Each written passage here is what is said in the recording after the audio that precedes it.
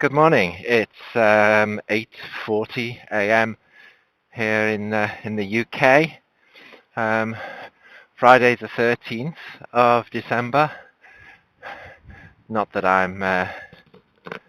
not that I pay too much attention to things like that, but the UK's woken up today to the results of yesterday's general election, and whilst I'm not going to go into political discussion on here, um, I don't really feel confident enough, knowledgeable enough to do that. What I want to focus on and talk about a little is how I'm feeling, from which you may draw your own conclusions. I'm regularly, or at least on various occasions, um, I've been labelled pathologically positive. I think the first person to say that of me was Fran, a number of years ago now. When she first said it, I was like, "Oh, thank you," and she's like, "It's not really a compliment. Being positive, having a positive uh, mindset, glass half full kind of thing. Yeah, that's me, and that's not something that I feel I need to apologize for or suppress. However, the phrase pathologically positive has the word pathological in there. And the point there really is that always seeing the brighter side, or always turning away from the darker aspects of a situation, which is what I used to do. It's basically how I lived most of my adult life. Um, is not a healthy thing. It's ignoring the reality of the situation often. Um, and I realized that I only managed to do that, or I managed to do that partly as a kind of a defense mechanism for myself. If I felt overwhelmed by situations that were going on for me, or specifically for other people, um, that I guess, you know, in the short term, that's fair enough. If you're feeling overwhelmed by whatever it might be, paying attention to that and to what you need in the moment to get yourself through that is is okay. You know, that's okay. That's paying a healthy regard to your self-care. However, if it becomes if avoidance, or turning your back on the negative, harder, gritty, messy, shitty aspects of your own life, those and the lives of those around you, that's not healthy. And that is what I did. Um, on the broader political front, I was pretty ignorant. My life has been privileged enough for me to not really need to pay too much attention. You know, governments come and gone, different political persuasions. No noticeable impact really on me personally. So it was easy for me to just sort of ignore what was going on around me, and just, you know, just focus in on myself, my own cozy little world. Um, I'm not prepared to do that any longer. You know, that's just, I can't maintain that fiction any longer, and that's been the case probably for the last number of years. A lot of the changes, the positive changes in my life, I date back to the time, you know, meeting Fran and engaging with her back in, when was it, 2011. Some of the changes predate that. I was beginning to become more aware of those around me, that there actually was a world around me, that there were people out there um, whose lives were not as privileged as mine, for whom the political landscape, the nature of the political process and policies was more than an academic exercise. It was it could be literally life or death. It certainly impact lives massively. I also began to question um, where where I stood in all that. It was a part of my withdrawal, if you like, or ignorance of standing aloof from all of this was the fact that I'd never voted in any election. I was going to say general election, but local elections, any elections at all, until like the first time I did so was actually in the EU referendum, which is, I lose track of the details. So that's 3 years ago now, I think. And I voted in the 2 general elections since then. I can't imagine myself not voting in the future. And I'm not saying that from the point of view, oh, look at me, I'm fully evolved political animal now. I'm like, great, not at all.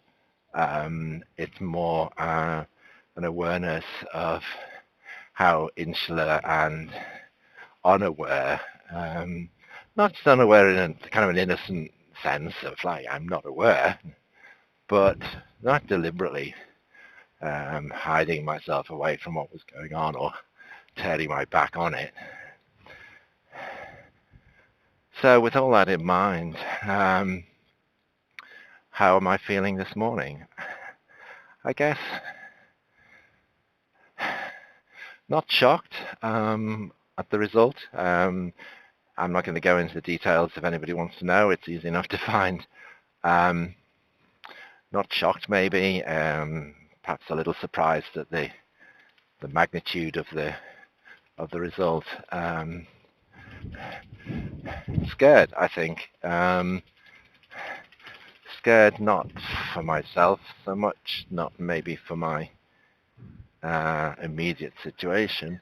That sense of what's the word? I don't know. Nobody's really secure these days, which is part of the issue. But insofar as any people are, I don't feel I'm like immediately under threat. But what I sense is I am actually, fearful of the way things are turning, and how that's going to impact all of us actually, but especially the more vulnerable in society. When I say the more vulnerable in society, that's a political phrase, isn't it? People, individual people, including many of those that I know personally, including some of those that I hold closest and most dear, and I think I also sense that what's happening here in the UK is part of a broader, a much broader shift. So, I don't even have a sense of, well, this is a kind of local to the UK kind of aberration. Things will stabilize again. I'm not really picking that up.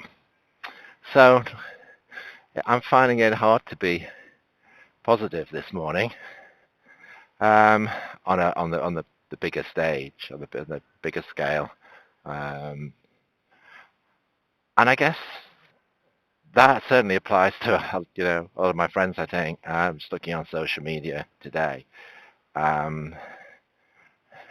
think the first thing to acknowledge about that is actually it's okay to feel that.